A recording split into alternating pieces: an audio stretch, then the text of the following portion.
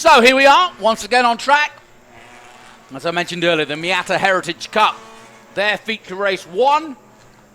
And once again, a host of almost identical Miatas. And some would argue that if you want to be a racing driver, this is the great entry point. Such a simple car to drive. I've even driven one of these, and I love them. They're fantastic cars. They handle so well. They do what you ask them to do. They let you have plenty of knowledge when you get it wrong. And it's just a lot of fun to drive. And you feel safe in them. You low down. And it's a great entry point. No question about it. I know my cohort here, Ben, enjoys a bit of Miata racing. Always put on a show, don't they? Because it's kind of the British car model, but reliable.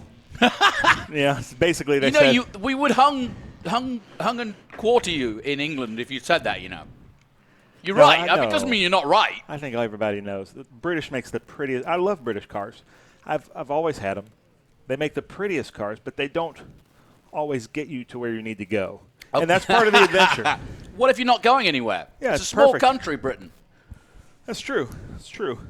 But if it rains, you're definitely not going anywhere. Well, the Miata is the most reliable car I think that's ever been made, and that's why so many people race them. So many series exist, and they're usually one-make Miata series. They put on some great shows.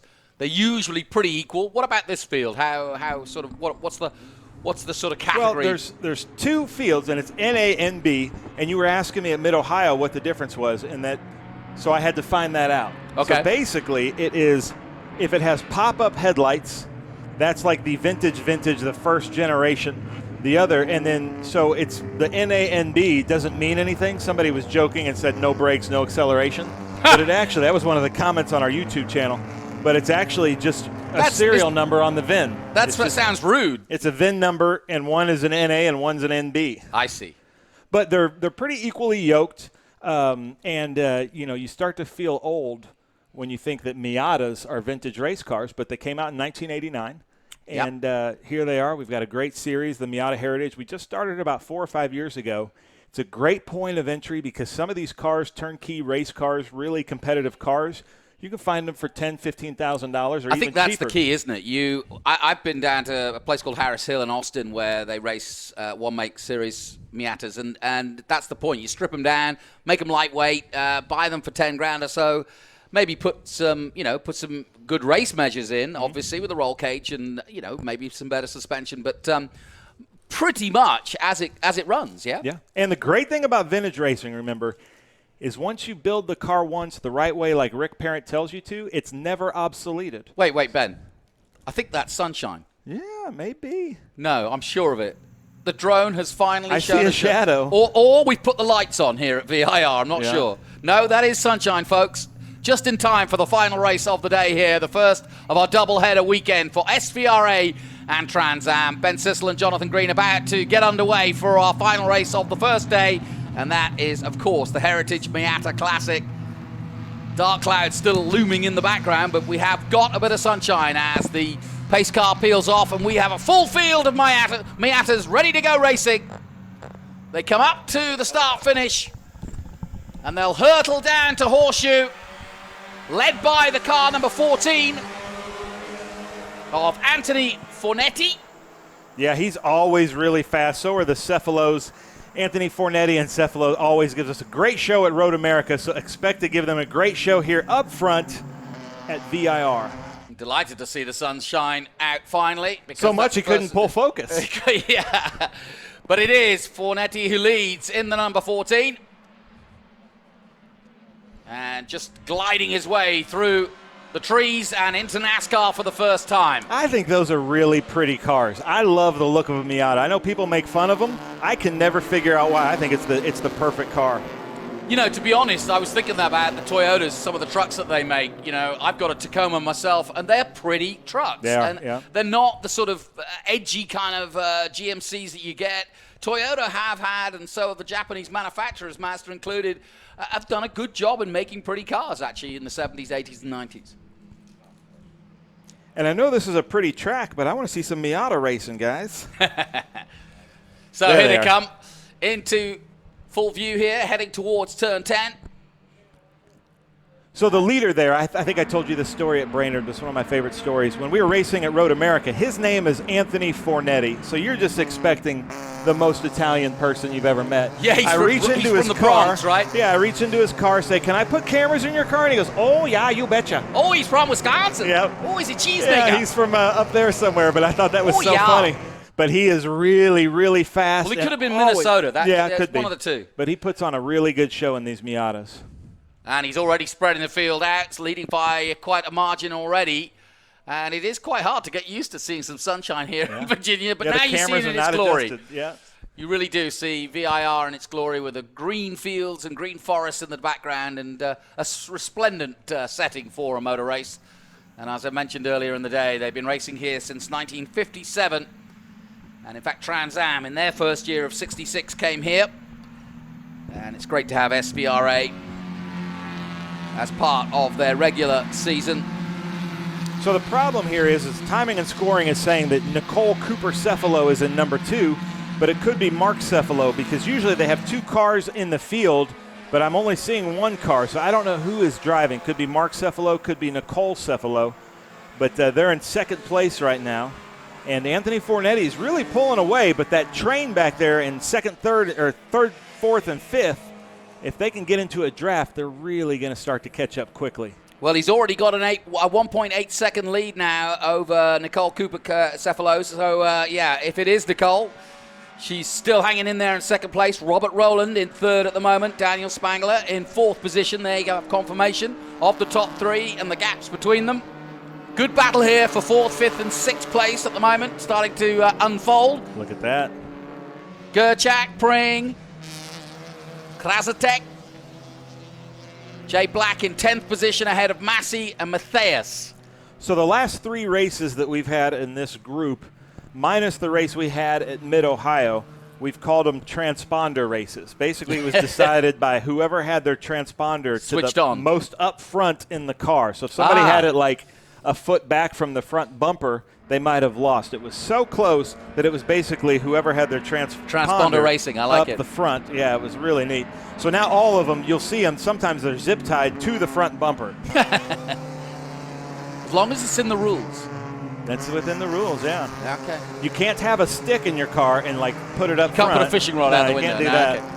But look at this train right here for third to, 7th place. Can you get it? Can you get a slipstream in a Miata? Oh, yeah.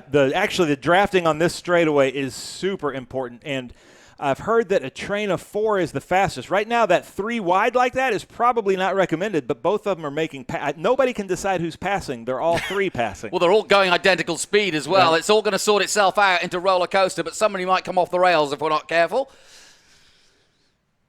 Yes, it's been the site of many an incident today, including JP Southern in the TA2 race, getting it wrong and going straight on into that tyre wall you can see in front of the braking point there. But he survived and, I said more than survived, he rolled it over, but the car did not survive. JP was okay. So that's Michael Bond right there in the number 123 Mazda, and he is trying his best to stay at the tail end of that train. If he can stay at the tail end of that train, he could probably slingshot his way up to the front in the next time they go through that back straight. So Fornetti continues to lead from Cephalo and Rowland. Into Horseshoe they go. This is the final race of Saturday, the first day of our doubleheader. Look at this. Great racing here. Identical Miatas going at it. A Mazda Fest. So that's Daniel Spangler, followed by Eric Gerchak and Ken Wilkinson right there in that little train with Michael Bond right behind. So Michael Bond right now is in probably the best seat, but then we have somebody coming up right behind him, Nathan Pring in the number 85. Look at this train, Jonathan. That's really good, and this is what Miata racing is all about. And I think I can understand why, because this is, like I said, you can learn so much. It's close racing, but it's fair racing, and, people aren't taking strips off each other and being, you can't muscle your way in a Miata. You're all going the same speed, and if you try to be too aggressive, you'll just lose out. And I'll tell you a little bit about this vintage Miata thing. So Miatas have gotten kind of a bad reputation in some of the other clubs about being like a bang and a crash fest. And we said, no, this is vintage Miata racing. And the first couple times they came to events, we had separate drivers meetings with them. And we said no bump drafting, no contact whatsoever. And at first they were really reluctant. And then now almost all of them, all these like diehard vintage Miata drivers, they love it because they don't have to paint the car after every weekend. Right. They don't have to fix body work. And well, that's not really the point of vintage racing, They say is it? it's so much harder to race like this, but it's also so much better knowing you're going into the last turn and you're not going to get punted. Well, it's finesse, too. It takes a lot of finesse to race closely. So it's gentleman wheel to wheel. Miata racing, which I bet you 10 years ago they thought would never exist. And Tony took a lot of licks when he announced this, and now it's really proven to be true because they are racing, and some of these cars look like vintage race cars. They've got really pretty paint jobs, and they're really well taken care of. Well, and as you say, an 89 car is now a vintage car, so, value-wise, you don't want to be messing about with them and repainting them and bashing them up every weekend because they are classics now. Absolutely. Yeah, and just look at how much fun that looks like. That is so cool. I'm jealous. Are you jealous? I'm about to say, Ben, I've got a feeling that we're going to have to enter one of these races before long. I think we should add it to the budget that we just need to commentate from the race car. Listen, the way Greenlight are going, I don't see why not. Yeah. I think we could easily pull that off. Side by side through the start-finish line. I'll be up for it. So again, it'll be a shortened race, so not expecting too many more laps from this Miata sprint race, the first of their feature races. And at the moment, it's still Anthony Fornetti out front. Good midfield battle here going on for position. Cefalo still in second. Spangler's gone up to third place now. Roland dropped down to sixth, so I think a mistake there by Roland or something went wrong. Or the bump draft got him. Yeah, maybe. Not the bump draft. I'm sorry, the draft. The draft, not the bump draft. It's not NASCAR. Yeah. This ain't Darlington. So Spangler up to third position now. And I think we may get one more lap. I'm just trying to see out the window whether the white flag is out, but we may just get another lap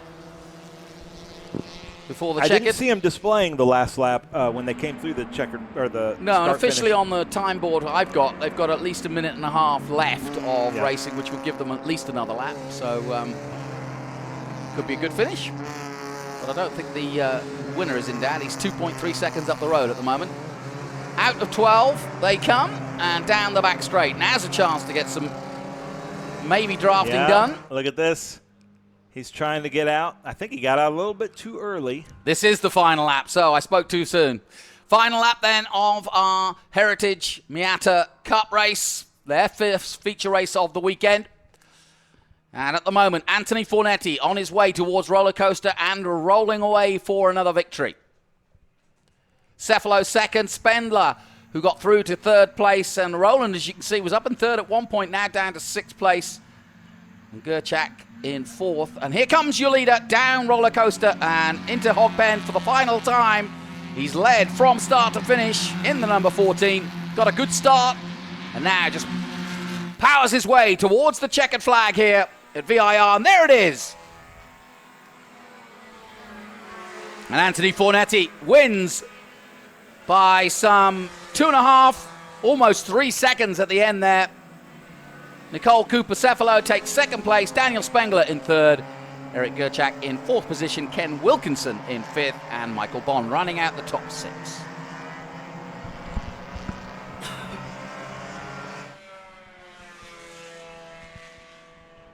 I love that shot right there through the trees of VIR. And I just love the look of a Mazda Miata. Yeah, especially with the sun out. Look at their smiles. The cars look like they're just having a blast. I think they should make them have the lights on, though. Get those. There's a guy that races with us at Mid-Ohio in a pink one, and he winks at you. He That's puts nice. one headlight up and back and forth, and it has eyebrows. So I was about to say, has he controlled that so you can do that? Because he can't usually do that. I think he He's had actuated only one, and I think he just disabled the other one. That's a smart move. That's a good move. I like that.